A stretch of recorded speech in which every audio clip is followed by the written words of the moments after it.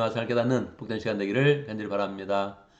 오늘 말씀 창세기 44장 1절에서 17절까지입니다. 오늘 말씀에서 요셉은 그의 형들과 두 번째 만났는데 만남을 잘 갖고 나서 그 형제들에게 잔치도 베푸고 여러 가지 일들을 했는데 곡식을 주고 나서 다시 그들에게 곡식을 산 그 돈들을 다 자리에 넣어서 다시 보냅니다. 그리고 또 요셉은 본인이 아끼는 은잔이 있었는데 그 은잔을 베냐민이 가진 그런 곡식 자루에 이제 넣어서 그들을 이제 보내는 겁니다.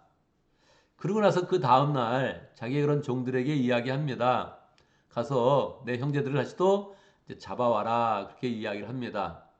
아니 뭐 잘 같이 지내다가 갑자기 또 뭐 거기 돈을 담아가지고 보내고 은잔을 넣어서 보내고 또 잡아오고 뭐 깜짝 놀라죠. 이 형제들은 우리한테 왜 이럽니까? 뭐 이렇게 이제 막 이야기를 이제 하는 거죠. 그랬을 때 우리 총리께서 아끼시는 은잔을 너희가 훔쳐왔다 그렇게 이야기하니까 뭐 형제들은 뭐 깜짝 놀라죠. 우린 그런 적이 없습니다. 정말 그런 적이 없잖아요. 만약에 은잔이 우리 가운데 나온다면 우리가 그 총리의 종이 되겠습니다. 뭐 그렇게 담대하게 이야기를 합니다. 다 풀러봤는데 결국은 베냐민의 그런 그 곡식 자료에서 이제 돈도 나오고 또 은잔도 이렇게 나오는 거예요. 뭐 아주 그냥 뭐 형들이 안타까워 이제 하죠. 그러니까 이제 잡혀가지고 다시 이제 요셉한테 이제 가는 겁니다. 요셉이 이제 뭐 호통을 치고 왜 훔쳐갔냐? 분명히 안 훔쳐갔는데 왜 훔쳐갔냐? 뭐 이렇게 이야기를 하면서 막 다구치니까 뭐 우리가 다 당신의 종이 되겠습니다 하면서 막 이제 이야기를 하는데 요셉이 여기서 이제 원한 그림이 있단 말이에요. 그림. 요셉이 이제 아주 그 쓰라린 그 추억이 있잖아요. 형들이 자기를 팔아버리고 이 형제간에 반목이 있었고 이런 그 기억이 이제 강하게 이제 있으니까 그 가운데에서 이제 요셉이 여러 가지 해프닝 속에서 기대하는 그런 바가 있는 거예요. 이 형제들이 결국 어떻게 할 거냐. 다시 위험한 상황이 오면 어떻게 할 거냐. 형제 다시 반목하면서 예를 들어서 자루가 베냐민의 지파에서 이제 베냐민의 그 곡식 자루에서 나왔는데 그때 이제 어떻게 할 거냐. 뭐 나한테 나온 거 아니네. 나는 살았네. 그리고 좋아하고 뭐 베냐민 책임이다. 이렇게 돌릴 것이냐. 아니면 연대 책임으로 아니면 베냐민을 대신해서 희생하는 그런 사람이 있느냐 이걸 보는 거예요. 봤더니 형제들의 그런 그 마음 가운데 다 하나 된 마음 또 베냐민이 잘못되면 이 아버지 야곱이 얼마나 가슴 아파할까 하면서 그것을 걱정하면서 베냐민을 위해서 희생하는 그런 그 모습이 여기 속에 이제 보여지는 거죠. 그러니까 요셉은 또 이제 호통을 치면서 이제 사실은 이 마음 가운데 계속 살펴보는 거예요. 봤더니 뭐 다 형제들 마음이 하나 됐고 이제는 뭐 서로 희생해주고 또 사랑하고 그런 과정들을 이제 보여주고 이제 있는 거죠. 사실은 이 창세기 44장의 내용에 보면 뭐 그냥 해프닝이에요. 해프닝. 뭐 요셉이 분명히 뻔히 알면서 곡식에다 돈 넣어주고 은잔 넣어주고 그리고 보냈다가 다시 잡아온 다음에 호통치고 뭐 이런 해프닝이 일어나는 거거든요. 우리의 인생 가운데도 이제 해프닝이 일어나잖아요. 그런데 이 해프닝을 기억하고 가슴에 담고 그런 사람은 없단 말이에요. 더구나 지금 이 내용이 어떤 내용입니까? 성경 아닙니까?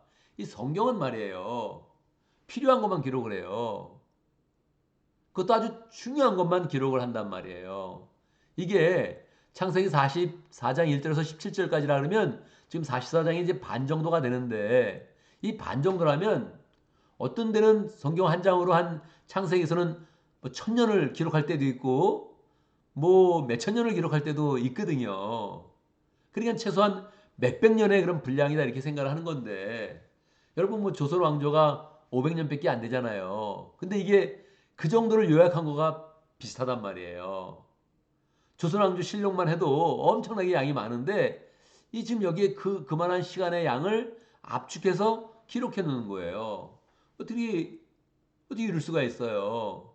일상의 해프닝, 그냥 뻔히 사실이 아닌 줄 알면서도 그냥 뭐 이렇게 일어나는 그런 해프닝을 어떻게 성경에 이렇게 자세하게 기록할 수 있습니까? 성경의 관심, 하나님의 그런 관심은 뭐 중요한 역사적 사건 이게 중요한 게 아니에요. 하나님한테 정말 중요한 것은 이 화해하고 사람들이 새롭게 되고 그런 가운데 스토리가 만들어지고 그 과정 가운데 애달파하고 그러면서 마음이 풀어지고 하나 되고 이게 너무너무 하나님께 중요한 거예요. 그러니까 성경을 기록할 때 뭐 역사적으로 그때 무슨 일이 있었는데 이거 안 중요해요. 뭐 피라미드를 만들었는데 그때 그 과정이 어떻게 됐고 이거 기록을 안 해요. 그냥 넘어가는 거예요. 넘어가고 지금 이 형제들 간의 관계가 어떻게 됐냐, 어떻게 지금 풀어지고 있느냐, 형제들의 그 인격이 지금 어떻게 변화되고 있느냐가 너무너무 중요한 거예요. 하나님은 계속 우리의 그런 인생 가운데 스토리를 만들어내는 거예요. 감동적인 스토리, 화해의 스토리, 회복되는 그 스토리를 만들어내는 거예요. 이게 중요한 거다. 인류의 역사 가운데 중요하고 우리 인생 가운데 중요한 거다. 그렇게 지금 말씀을 하고 있는 거란 말이에요. 우리 이 말씀을 잘 받아야 되죠. 여러분, 목장이 뭡니까? 목장이 보면 뭐 있어요? 금요일 날 모여서 밥 먹고 이야기하고 기도하고 끝나는 거예요. 근데 이게 뭐 반복될 때 무슨 의미가 있냐? 무슨 의미가 있냐? 맨날 그냥 모여서 밥 먹고 뭐 또 얘기하고 그리고 기도하고 헤어지는데 이게 뭐가 있냐? 거기서 우리는 스토리를 만들어내는 거예요. 감동의 스토리, 사랑하는 스토리, 특별히 서로가 화해하는 스토리, 서로의 관계가 풍성해지는 그 스토리를 만들어내는 거예요. 그게 창조의 그런 과정이고 우리 인생의 과정인 거예요. 이게 역사적으로 중요한 그런 사건보다 이게 사실은 중요하다. 이게 진짜다. 이게 인생이다. 그렇게 이제 하나님 우리에게 말씀하고 있는 거예요. 그래서 우리는 이제 뭐 목장을 할 때도 우리 인생을 살아갈 때도 그냥 뭐 뭐를 만들어 간다. 중요한 사건이 있다. 중요한 일을 잘 처리해야 된다. 이거보다 그냥 이렇게 과정을 만들어내고 이야기가 잘 되어지고 화해가 되어지고 그 가운데 회복이 되어지는 그런 삶을 잘 만들어 가야 됩니다. 우리 뭐 가정도 보면 그렇잖아요. 가정 생활에 뭐가 있어요? 그냥 모여서 밥 먹고 또 막 바쁘게 지내다가 같이 모여서 또 그냥 밥 먹고 그렇게 지내는 거예요. 근데 우리가 그렇게 지내는 가운데 뭐가 있어요? 그 안에 사랑이 있고 서로 아끼는 마음이 있고 챙겨주는 행동이 있고 서로 추억에 남을 만한 일을 하고 있고 그게 인생인 거예요. 그게 하나님이 그거 잘해야 된다. 가정 안에서도 스토리를 만들어내야 된다. 감동의 스토리, 사랑하는 스토리, 아껴준 그 행동을 구체적으로 만들어내야 된다. 이렇게 우리에게 가르쳐주고 있는 거죠. 하나님의 그 창조의 역사, 구원의 역사가 다 그렇게 진행되는 거예요. 가끔 보면 하나님이 뭐 하시지? 사람이 죄짓게 만드시고 죄를 지은 거 보신 다음에 예수님 보내시고 예수님 보내셔서 다시 죄 용서하시고 이게 뭐지? 그런 마음이 들거든요. 하나님의 그런 사랑의 그런 그 마음이 예수님을 통해서 정확하게 보여진 거예요. 내가 아들을 죽여서까지 너를 사랑한다. 너에 대한 마음이 이 마음이다. 이거를 하나님이 구속사에서 사랑의 그런 스토리를 만들어내신 거예요. 출애굽의 그런 과정에서 하나님의 손길이 얼마나 세밀하고 강력한지를 역사 가운데 그냥 심어 놓은 거예요. 봐라. 나는 이렇게 구원한다. 난 이렇게 사랑한다. 이거를 우리에게 확실하게 보여주는 거죠. 그래서 우리는 또 목장을 섬기면서 교회를 섬기면서 또 가족을 섬기면서 우리 그런 삶을 보면 중요한 게 뭐지? 그런데 하나님은 과정을 중요시 여기시고 과정 가운데 사랑이 나타난다면 과정 가운데 사람을 감동시키는 일이 나타난다면, 그래서 정말 또 사람이 마음이 변화되고 하나님께 회복되고 새롭게 되는 일이 일어난다면 하나님이 그래 그게 인생이다. 그게 사역이다. 그게 구원의 그런 일이다. 하나님이 모든 것을 의미 있게 만드시면서 우리를 새롭게 인도해 나가시는 것입니다. 오늘도 우리의 그런 그 마음을 새롭게 해서 어떤 것은 반복되는 일이 있고 어떤 것은 새롭게 해나가야 되는 일이 있는데 반복되는 일 가운데서도 우리는 감사하고 하나님 이 반복되는 일이 하나님에 대한 내 마음입니다. 내 인생의 중심입니다. 이렇게 표현하고 또 새로운 일이 되어질 때마다 목장에서도 가정에서도 누구를 만나든 마음에 감동을 주고 또 과정을 만들어가고 스토리를 만들어가면서 우리 인생이 새롭게 되는 그런 인생이 되기를 간절히 바랍니다. 오늘도 말씀 가운데 기도 제목을 붙잡습니다.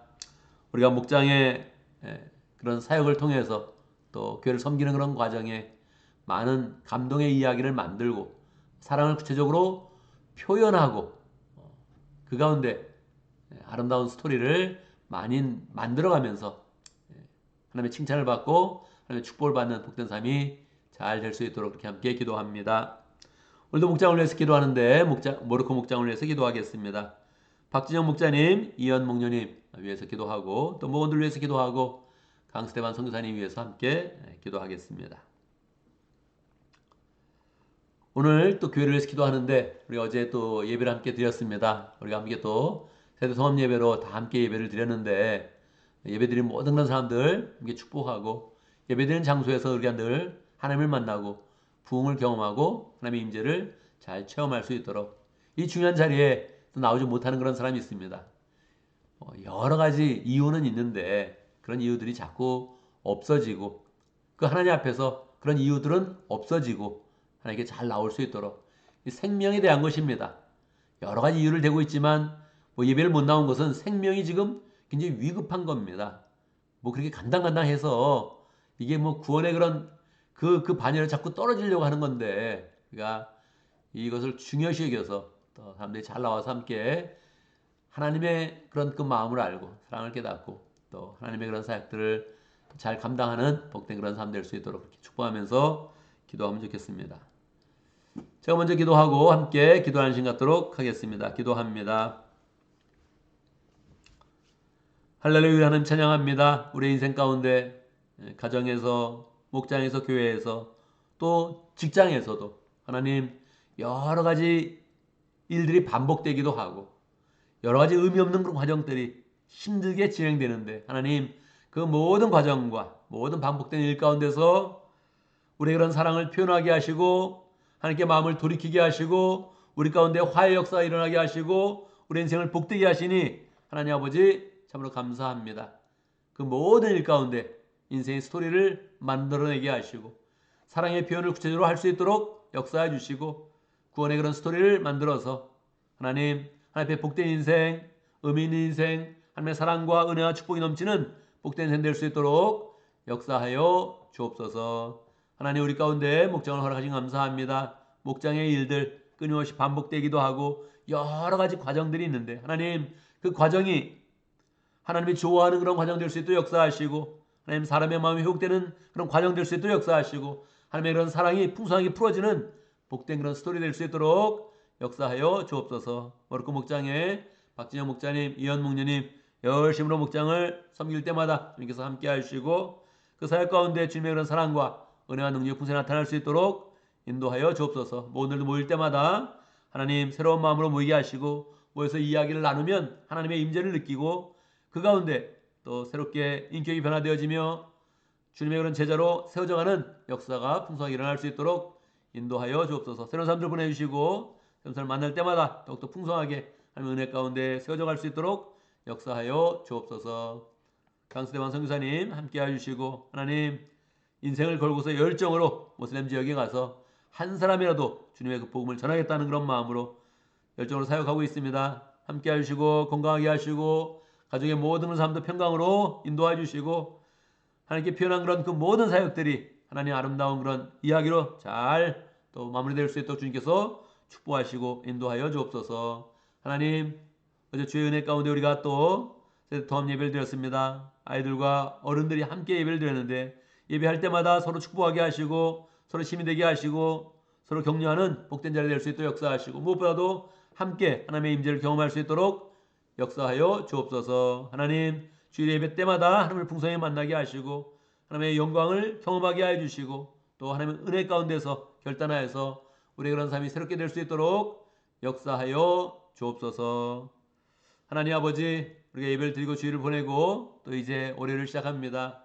올해를 시작할 때 마음이 답답한 그런 사람들, 직장 나기에 불편한 그런 사람들 축복해 주시고 그 마음 가운데 소망과 은혜와 비전을 풍성하게 해주시고 직장에 나가서 하나님의 그런 사람으로서 무엇을 하든지 형통하게 하시고 지혜와 명철이 충만하도록 역사하여 주옵소서. 새롭게 시작되는 주중에는 모든 그런 삶 가운데 온전하게 하나님께 영혼 드리는 삶 되게 하시고 열정으로 살아가면서 성장하고 성숙하고 발전하고 또 우리의 그런 소망을 또 꽃피우는 복된 삶이 될 수 있도록 역사하여 주옵소서. 가정마다 평강케 하시고 가정의 모든 일도 주님께서 주관하시고 어려운 가운데서 다 지켜주시고 하나님 모든 일이 화목한 가운데 잘 진행될 수 있도록 역사하여 주옵소서. 혼자 있는 그런 사람들 또 그 마음 가운데 기쁨과 은혜와 하나님의 그런 사랑을 잘 깨닫게 해주시고 무슨 일을 하든지 반듯하게 하나님 주의 그런 사람으로 잘 감당할 수 있도록 역사하여 주옵소서. 모든 그런 사고와 재난과 위험으로부터 보호하여 주시고